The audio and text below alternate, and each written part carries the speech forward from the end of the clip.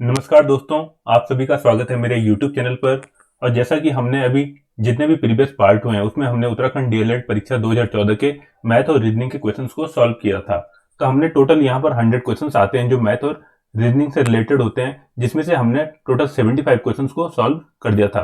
और इस वाली सीरीज में हम नेक्स्ट जो बचे हुए 25 क्वेश्चन हैं उनको भी सॉल्व करेंगे। तो ये क्वेश्चन है आपके यहाँ पर 126 से लेके 150 तक, जो भी क्वेश्चन हम इनको सॉल्व करेंगे।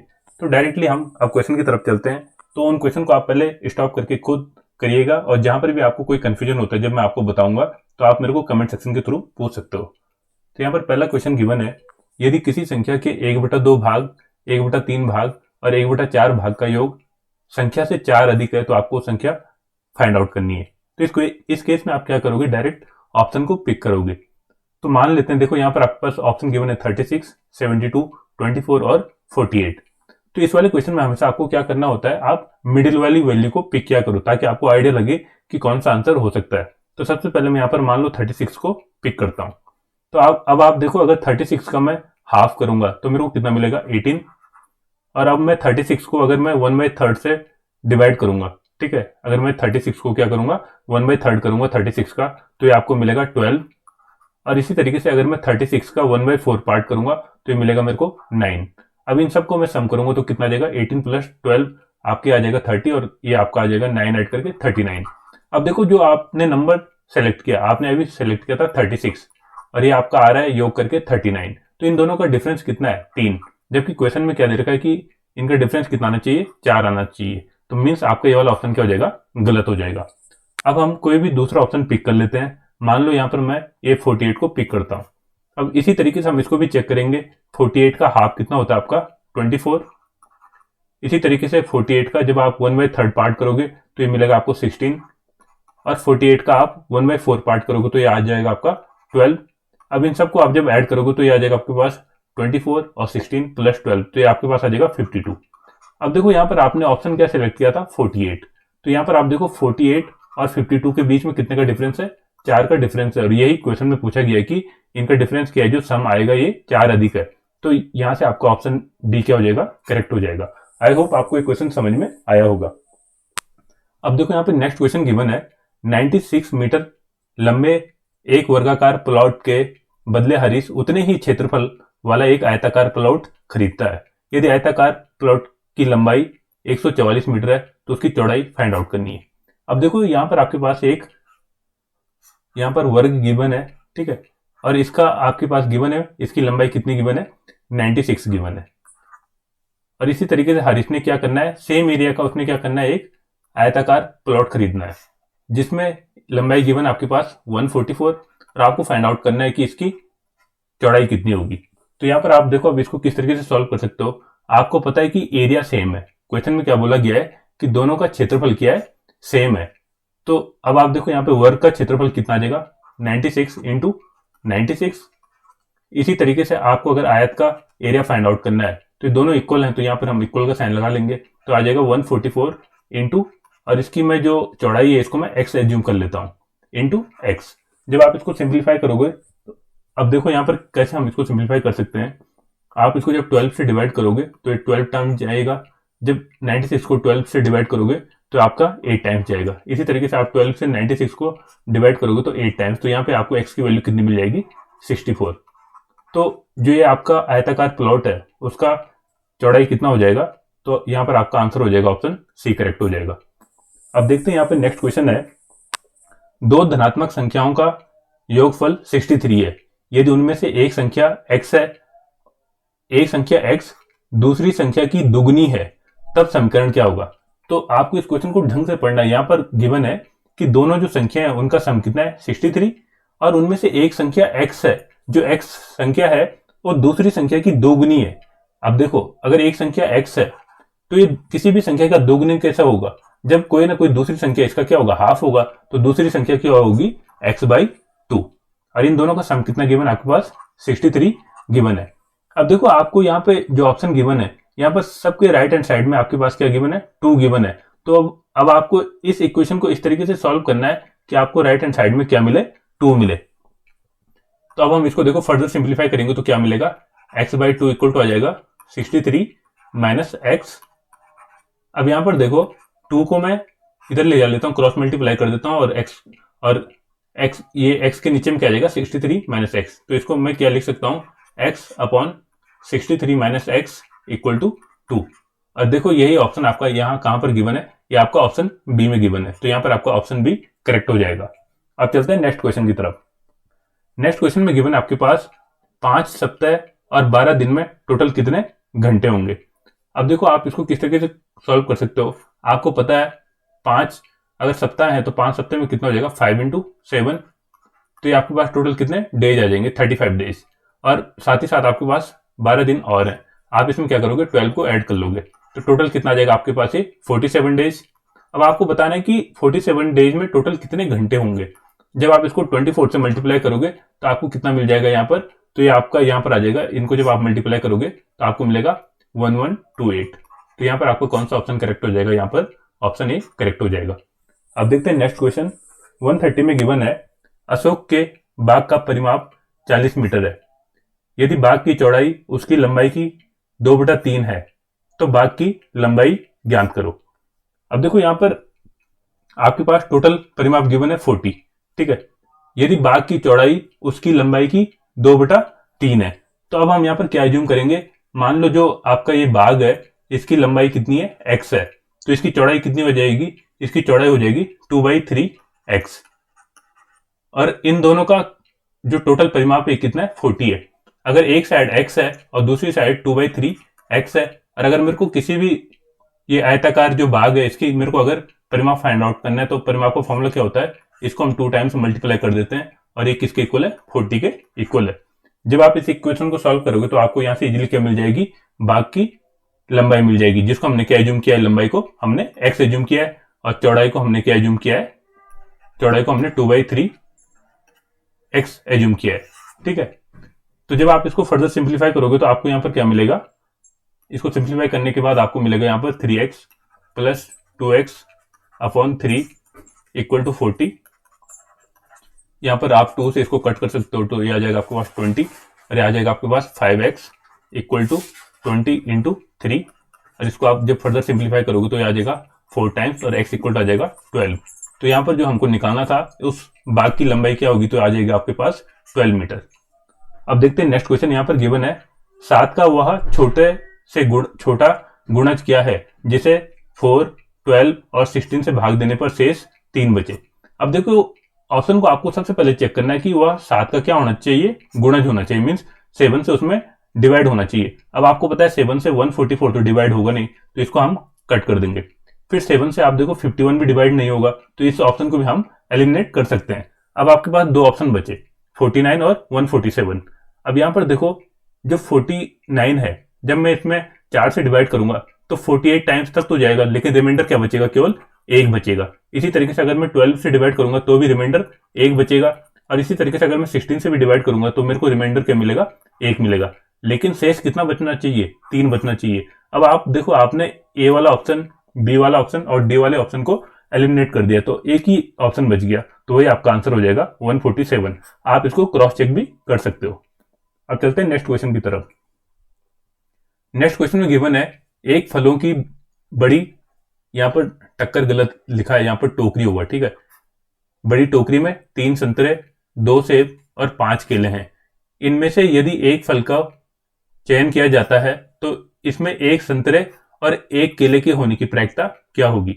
अब देखो यहां पर हम किस तरीके से इसको सॉल्व कर सकते हैं। सबसे पहले आपको देखना है कि जो आपकी फलों की टोकरी है उसमें टोटल कितने आइटम्स हैं। तो टोटल कितने आइटम्स हैं, 3 + 2 + 5, तो टोटल है 10 आइटम।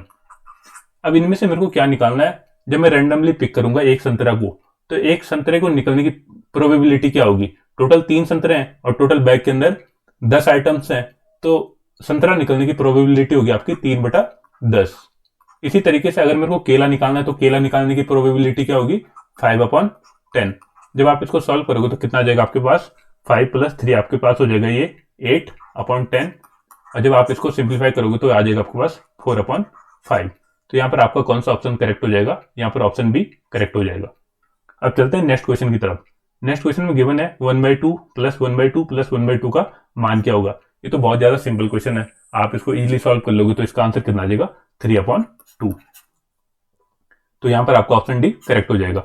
अब चलते हैं नेक्स्ट क्वेश्चन की तरफ। यहां पर गिवन है एक कक्षा में 15 लड़कों की औसत आयु 11 वर्ष है और 9 वर्ष के 5 लड़के कक्षा में सम्मिलित हो जाएं तो उनकी औसत आयु क्या होगी। अब देखो, सबसे पहले आपको यहां पर क्या करना है, आप इसको देखो सिंपली भी सॉल्व कर सकते हो कि यहां पर आपके पास टोटल कितने गिवन है, 15 लड़के गिवन है और इनकी औसत आयु कितना गिवन है, 11 गिवन है। जब आप इसको सॉल्व करोगे तो आपके पास टोटल कितना आ जाएगा, इसको सॉल्व करोगे तो आपके पास आ जाएगा 165।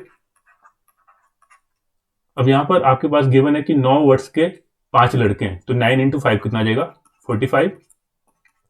जब आप इन दोनों को ऐड करोगे तो कितना आ जाएगा आपके पास, 210।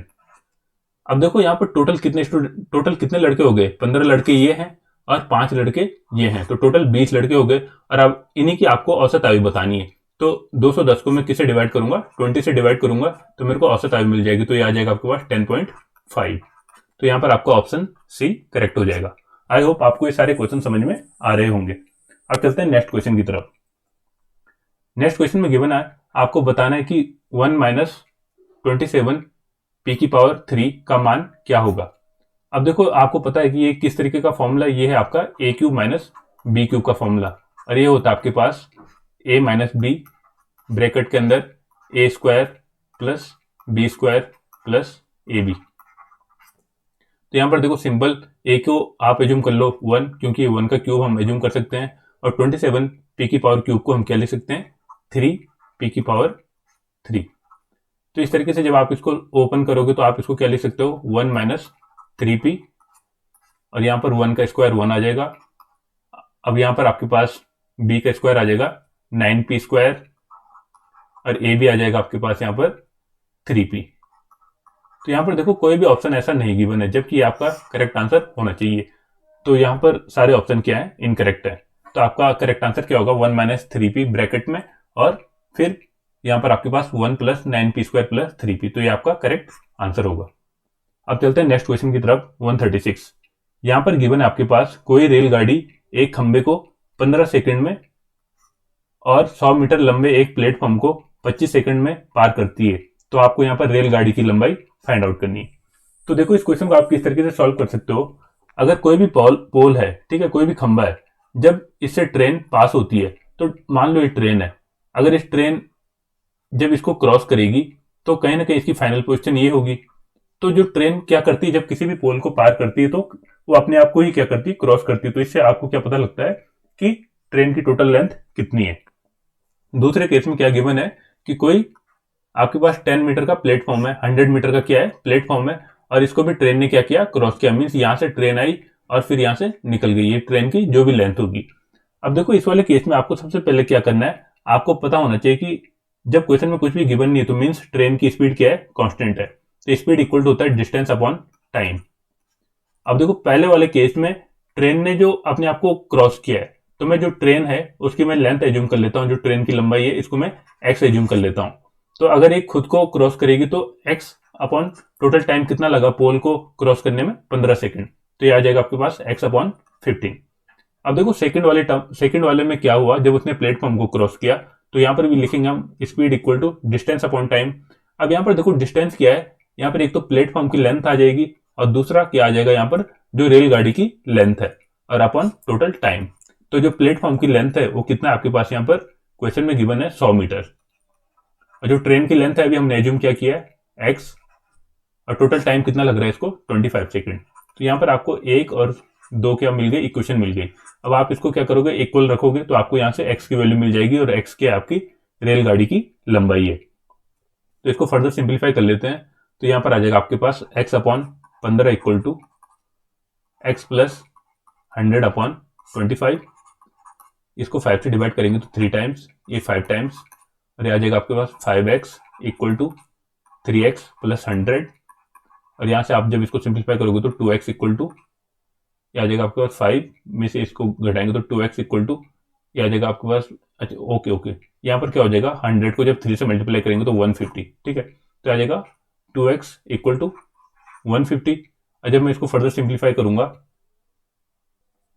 ठीक है, यहाँ पर देखो 3 को जब मैंने 100 से मल्टीप्लाई किया तो यहाँ पे 150 नहीं, यहाँ पे आएगा आपके पास 300, ठीक है। तो 2x इक्वल टू आ जाएगा 300, और जब इसको फर्दर सिंप्लीफाई करोगे तो x की वैल्यू आ जाएगी 150, और यही हमको फाइंड आउट करना था कि ट्रेन की लंबाई कितनी होगी। तो ट्रेन की लंबाई कितनी है यहाँ पर 150 मीटर। आई होप आपको ये क्वेश्चन समझ में आया होगा। अब आपको यहाँ पर बताना है कि निम्नलिखित में सही संबंध क्या है। अब आप इसको इजीली सॉल्व कर सकते हो अगर आपको आता है कि किस तरीके से हम मेजरमेंट को कैलकुलेट करते हैं, किस तरीके से हम मीटर वाली जो टेबल है उसको हम, मतलब अगर आपको मीटर वाली टेबल आती है तो आप इजीली इस वाले क्वेश्चन का आंसर दे दोगे। तो आपको पता है सबसे पहले क्या होता है, मिलीमीटर, फिर होता है सेंटीमीटर, फिर होता है डेसीमीटर, फिर मीटर होता है, फिर डेकामीटर, फिर हेक्टोमीटर, और फिर किलोमीटर। अब देखो पहले वाले ऑप्शन में गिवन है 1 किलोमीटर इक्वल टू 100 डेकामीटर। अब आपको यहाँ पे दिख रहा है टोटल कितने का डिफरेंस है, यहाँ पर 2 का है। तो आपको पता है जब मिलीमीटर से हम सेंटीमीटर में जाते हैं तो क्या हो जाता है, ये सेंटीमीटर से जब हम मिलीमीटर में जाते हैं तो 10 टाइम्स हो जाता है। तो इसी तरीके से जब हम किलोमीटर से डेकामीटर में जाएंगे तो 10 इंटू 10, तो टोटल 100 टाइम्स हो जाएगा। मीन्स 1 किलोमीटर इक्वल टू होता है 100 डेकामीटर। तो यहाँ पर आपका ऑप्शन ए करेक्ट हो जाएगा। अब चलते हैं नेक्स्ट क्वेश्चन की तरफ। अब नेक्स्ट क्वेश्चन में गिवन है आपके पास ए और बी, आपके पास ये 2 वेन डायग्राम दे रखे हैं और आपको बताना है कि बी माइनस ए की वैल्यू क्या होगी। मीन्स अब देखो इस वाले क्वेश्चन को आप किस तरीके से सॉल्व करोगे। टोटल आपके पास बी है, ठीक है, जो बी वाला सर्कल है इसमें से आपने क्या करना है, ए को सब्ट्रैक्ट करना है, ठीक है। तो बी वाला एक टोटल है आपके पास, और आप जब इसमें से ए को सब्ट्रैक्ट करोगे तो क्या बचेगा आपके पास, केवल ई और एफ बचेगा। तो यहाँ पर आपका कौन सा ऑप्शन से हो जाएगा, ऑप्शन ए करेक्ट हो जाएगा। अब चलते हैं नेक्स्ट क्वेश्चन की तरफ। यहाँ पर आपके पास एक सर्कल गिवन है, सर्कल में एक ए बी कॉर्ड गिवन है, और यहाँ पर ओ एम क्या है, परपेंडिकुलर है इसमें, और यहाँ पर ओ ए जो सर्कल का रेडियस है ये गिवन है 5 सेंटीमीटर, और जो ओ एम है उसकी लेंथ गिवन है 4 सेंटीमीटर। आपको बताना है कि ए बी का मान क्या होगा। अब देखो यहाँ पर आप इजिली ए बी का मान फाइंड आउट कर सकते हो। आप जो ये वाला ट्राइंगल है ए ओ एम, तो यहाँ पर आप क्या करोगे, पाइथागोरस थ्योरम लगा सकते हो।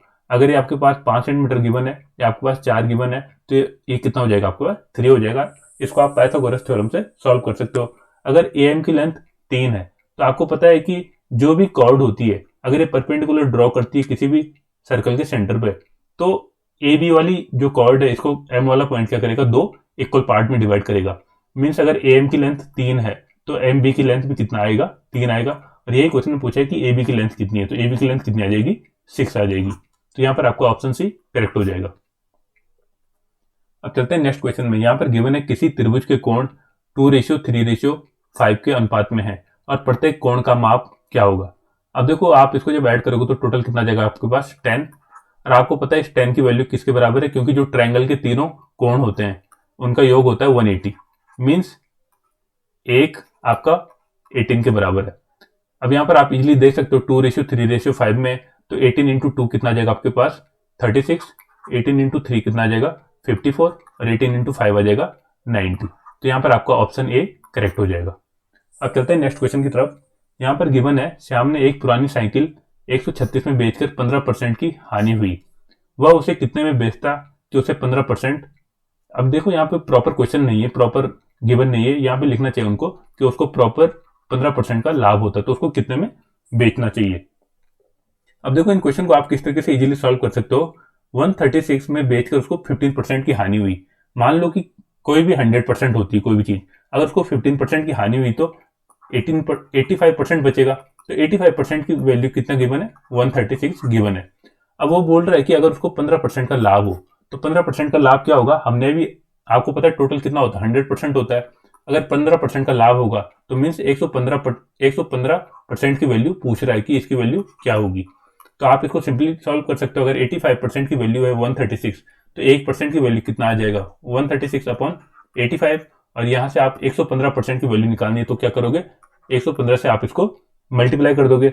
जब आप इसको मल्टीप्लाई करोगे तो यहाँ पर कितना आ जाएगा आपके पास, आप इसको डिवाइड कर सकते हो 5 से, तो 17 टाइम्स जाएगा, और 115 को भी जब आप डिवाइड करोगे तो आ जाएगा आपके पास 23 टाइम्स।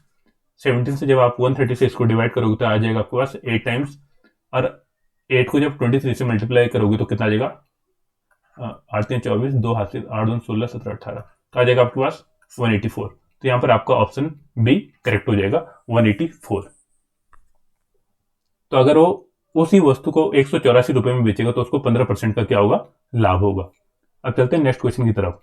यहाँ पर गिवन है आपके पास 8 व्यक्ति किसी काम को 10 दिन में समाप्त करते हैं, तो 10 व्यक्ति उसी काम को कितने दिन में समाप्त करेंगे। तो ये बहुत ईजी क्वेश्चन है, आप इसको डायरेक्ट टिक कर सकते हो। तो टोटल कितने दिन लगेंगे? 10 लोगों को 8 दिन लगेंगे। अब देखो इसको किस तरीके से करते हैं। जो वर्क होता है ना, ये होता है आपको टोटल जो मैन है और टोटल जो टाइम लगा। तो पहले वाले टर्म में मैं लिख लेता हूँ m1 इंटू T1 और सेकंड वाले केस में लिख लेता हूँ m2 इंटू T2, क्योंकि जो वर्क है वो तो क्या है, सेम है।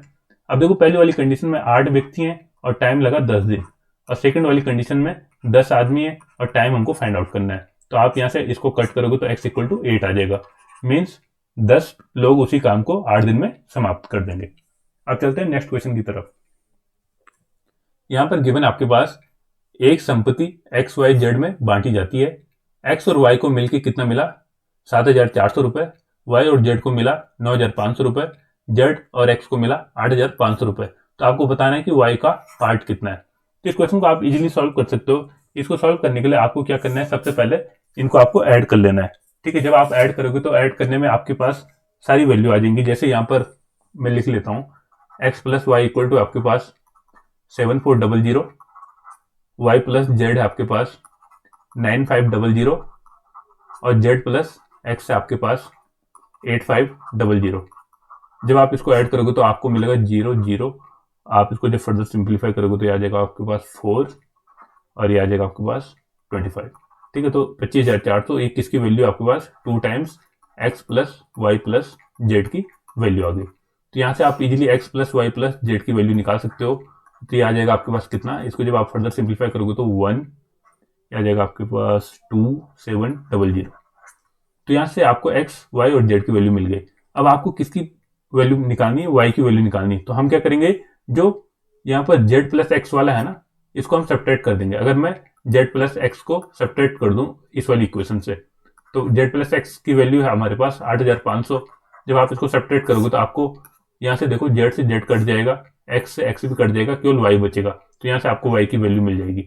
जब आप इसमें से इसको घटाओगे तो कितना बचेगा आपके पास? ये 0 0 2 और ये 4। तो वाई की वैल्यू कितनी आ जाएगी? 4,200। तो यहाँ पर वाई का हिस्सा होगा 4,200। अब चलते हैं नेक्स्ट क्वेश्चन की तरफ। यहाँ पर गिवन आपके पास 270 और 405 का एलसीएम और एचसीएफ का अनुपात क्या होगा? अब यहाँ पर आप देखो इसको इजीली सॉल्व कर सकते हो। आपके पास गिवन है 270 और 405। ठीक है, तो अब यहाँ पर अब आपको क्या निकालना है? यहाँ पर एलसीएम जिस तरीके से आप निकालते हो, तो सबसे पहले देखो 270 और 405 है, तो मैं यहाँ पे क्या कर सकता हूँ, 9 से इसको डिवाइड कर सकता हूँ, तो आ जाएगा 30 टाइम्स, ये आ जाएगा आपके पास 45 टाइम्स। फिर मैं इसको फर्दर सिंप्लीफाई करूंगा 5 से, तो आ जाएगा 6 टाइम, ये आ जाएगा 5 से, तो ये आ जाएगा यहाँ पर पहले मैं इसको चलो 3 से डिवाइड कर लेता हूँ, तो ये आ जाएगा 10 टाइम्स और ये आ जाएगा आपके पास 15 टाइम्स। फिर 5 से डिवाइड करूंगा तो ये आ जाएगा आपके पास 2 टाइम्स, तो आ जाएगा आपके पास 3 टाइम्स। अब देखो जो केवल ये वाला कॉलम है जिसको मैं यहाँ पे सर्कल कर रहा हूँ, तो ये होता है आपका HCF। ठीक है, और अगर मैं इसी के साथ 2 और 3 जो नीचे वाली रो है उसको भी ऐड कर दूं तो मिलता है LCM। अब देखो यहाँ पर मैं आपको बताता हूँ, अगर मेरे को लिखना है यहाँ पर HCF और LCM कितना है। ठीक है, तो सबसे पहले मैं यहाँ पे लिख लेता हूँ LCM। तो LCM आपके पास 9 इंटू 3 इंटू 5 इंटू 2 इंटू 3, और यहाँ पर आपके पास HCF कितना है? अभी मैंने कहा था HCF कौन सा है, जो मैंने ये वाला सर्कल किया है, केवल ये आपका क्या HCF है, तो आ जाएगा आपके पास 9 इंटू 3 इंटू 5। अब ये इसी का रेशियो पूछ रहा है, तो इससे ये वाली टर्म कट जाएगी और ऊपर बचेगा आपके पास 6, तो आ जाएगा LCM और HCF का रेशियो क्या है? 6:1। तो आपका यहाँ पर ऑप्शन ए करेक्ट हो जाएगा। अब यहाँ पर नेक्स्ट क्वेश्चन गिवन है, राम और गोपाल के पैसों का अनुपात है 7:17 और गोपाल और कृष्ण के पैसों का अनुपात है 7:17। यदि राम के पास 490 हैं तो कृष्ण के पास कितने होंगे? अब आप इन क्वेश्चन को देखो किस तरीके से सॉल्व कर सकते हो। यहाँ पर मैं लिख लेता हूँ, राम है, यहाँ पर गोपाल है और यहाँ पर कृष्ण है। यहाँ पर इनका रेशियो गिवन है 7:17, और इसी तरीके से गोपाल और कृष्ण का रेशियो भी गिवन है 7:17। अब देखो इनको सॉल्व करने के लिए आपको जो वाली टर्म यहाँ पर है उसी को हमको यहाँ ब्लैंक में लिखना होता है, और जो 7 वाली टर्म है इसी को मैं यहाँ पर लिखूंगा। अब मैं इसको मल्टीप्लाई करूंगा तो आ जाएगा आपके पास 7 इंटू 7 49, और इसी तरीके से 17 इंटू 17 ये आ जाएगा आपके पास 289। अब देखो यहाँ पर गिवन आपके पास राम के पास 490 हैं। अब देखो 490 कैसे होंगे राम के पास, जब मैं इस 49 को किससे मल्टीप्लाई करूं? 10 से मल्टीप्लाई करूं, तो ये 490 आ जाएगा। मीन्स जो राम के पास है टोटल कितने, 490। इसी तरीके से अब मेरे को किसका निकालना है यहाँ पर, तो मेरे को निकालना है कृष्ण के पास कितने हैं। तो कृष्ण के पास भी मैं 10 से मल्टीप्लाई करूंगा तो ये आ जाएगा 2890। तो यहाँ पे आपका ऑप्शन सी करेक्ट हो जाएगा। अब चलते हैं नेक्स्ट क्वेश्चन की तरफ। नेक्स्ट क्वेश्चन गिवन है 1000 का 10% वार्षिक चक्रवृद्धि ब्याज की दर से कितने वर्ष में मिश्र धन 1210 हो जाएगा। मीन्स मिश्र धन लगा के 1000 रुपए कितने समय में 1210 रुपए हो जाएंगे अगर 10% का वार्षिक चक्रवृद्धि ब्याज दर है। अब इन क्वेश्चन को आप किस तरीके से सॉल्व कर सकते हो, जो भी आपके पास अमाउंट है, अगर मेरे को केवल इसका ब्याज निकालना है तो इसका 10% कितना होगा 100। तो पहले साल में मेरे को केवल कितना मिलेगा 100 रुपीज मिलेगा। अब अगले साल में क्या होगा, मेरे को जो ये 1000 रुपए इस पे तो इंटरेस्ट मिलेगा ही, साथ ही साथ जो ये आपके जो पहले साल में इंटरेस्ट मिला है, ये फर्स्ट ईयर लिख लेता हूँ यहाँ पे, सेकंड ईयर, जो फर्स्ट ईयर में मेरे को इंटरेस्ट मिला है उसमें भी इंटरेस्ट मिलेगा। तो ये टोटल कितना मिलेगा 100 का 10% आ जाएगा 10। और जब मैं इन तीनों को ऐड करूंगा तो ये टोटल कितना आ जाएगा आपके पास, जो मैंने को इंटरेस्ट मिला है 2 साल में, तो ये मिला है आपको 210 रुपए। और साथ ही साथ आपका जो प्रिंसिपल अमाउंट है ये आपका 1000 रुपए, जब मैं इन दोनों को ऐड करूंगा तो कितना आ जाएगा 1210। और यही यहाँ पर मिश्र धन गिवन है। तो टोटल कितने साल लगे, 1 साल और 2 साल। तो 2 साल बाद 1000 रुपए कितने हो जाएंगे आपके 12010 हो जाएंगे 10% वार्षिक चक्रवृद्धि ब्याज की दर से। तो यहाँ पे आपका ऑप्शन भी करेक्ट हो जाएगा। अब देखते हैं नेक्स्ट क्वेश्चन। यहाँ पर गिवन है आपके पास जो x है इसमें ये वैल्यू है 1 2 3 4, y में है आपके पास 3 4 5 6, z में है 5 6 7 8। तो आपको बताना है कि x union y union z की वैल्यू क्या होगी। अब देखो यूनियन का अर्थ होता है कि मेरे को सबको इंक्लूड कर लेना है। अब देखो मान लो इस तरीके से मैं यहाँ पर समझाता हूँ, आपके पास ये x गिवन है, ठीक है, और यहाँ पर आपके पास y गिवन है, ठीक है, और इस तरीके से मैं कोई भी सबसेट बना लेता हूँ, और ये आपके पास यहाँ पर एक z गिवन है। अगर यूनियन की बात की है तो यूनियन में हम क्या करेंगे, सबको ऐड कर लेते हैं, इनमें जो भी वैल्यू होंगे हम उन सबको ऐड कर लेंगे, लेकिन हम उनको केवल एक बार ही करेंगे, आप उसको क्या करोगे रिपीट नहीं करोगे। तो जैसे x से हमको क्या मिल गया 1 2 3 4। अब हम y में देखेंगे तो y में क्या आपके पास 3 4 रिपीट हो जाएगा। अगर मैं फिर लिखूंगा तो यहाँ से मैंने नोट डाउन कर लिया 5 6। इसी तरीके से z में मैं देखूंगा 5 6 में पहले नोट डाउन कर चुका हूँ, तो यहाँ पे मिला 7 और 8। तो इस यूनियन का अर्थ होता है कि मेरे को सारी वैल्यू है जो उनको एक एक बार लिखना है। तो यहाँ पर आपका ऑप्शन सी करेक्ट हो जाएगा। अब चलते हैं नेक्स्ट क्वेश्चन की तरफ। यहाँ पर गिवन है m और n दो घन पूर्णांक हैं। यदि m की पावर n इक्वल टू 25 है तो n की पावर m का मान कितना होगा। अब देखो आप इसको सिंपली सॉल्व कर सकते हो। यहाँ पर आप एज्यूम कर सकते हो m को आप 5 एज्यूम कर सकते हो और n को आप 2 एज्यूम कर सकते हो, क्योंकि 5 का स्क्वायर करोगे तो 25 मिलेगा। अब यहाँ पर आपको बताना है n की पावर m, n यहाँ पर आपका 2 और m है आपका 5, तो 2 की पावर 5 कितना आ जाएगा 32। तो यहाँ पर आपका ऑप्शन डी करेक्ट हो जाएगा। अब चलते हैं नेक्स्ट क्वेश्चन की तरफ। यहाँ पर गिवन है x प्लस वाई कितना आपके पास 10, और x और y का जब मैं मल्टीप्लाई करूँ तो है 21। तो आपको बताना है x की पावर क्यूब और y की पावर क्यूब का वैल्यू क्या होगी। अब देखो इस क्वेश्चन को आप किस तरीके से सॉल्व कर सकते हो, एक तो आप इनको फॉर्मुलों से भी सॉल्व कर सकते हो और दूसरा आप यहाँ पर वैल्यू एज्यूम भी कर सकते हो। अब देखो कोई भी दो टर्म है, अगर इनका मल्टीप्लाई करके 21 आ रहा है तो मैं एज्यूम कर लेता हूँ x की वैल्यू 7 है और y की वैल्यू 3 है। अब देखो इस वाली कंडीशन को भी सेटिस्फाई करना चाहिए, x की वैल्यू 7 है और y की वैल्यू 3 है और इन दोनों का सम भी 10 होता है। मीन्स जो मैंने वैल्यू सेलेक्ट की वो बिल्कुल सही है। अब मेरे को यहाँ पर x का क्यूब और y का क्यूब का वैल्यू निकालना है। तो आपको पता है x का क्यूब कितना होता है, तो x का क्यूब आ जाएगा आपके पास 7 का क्यूब 343, और इसी तरीके से 3 का क्यूब कितना आ जाएगा 27। जब इन दोनों को आप ऐड करोगे तो आपको मिलेगा 370। तो यहाँ पे आपका ऑप्शन भी करेक्ट हो जाएगा। अब देखो ये 150 वाला क्वेश्चन है, यहाँ पर 6 की पावर में कुछ गिवन है जो मेरे को प्रॉपरली मतलब विजिबल नहीं है, ठीक है।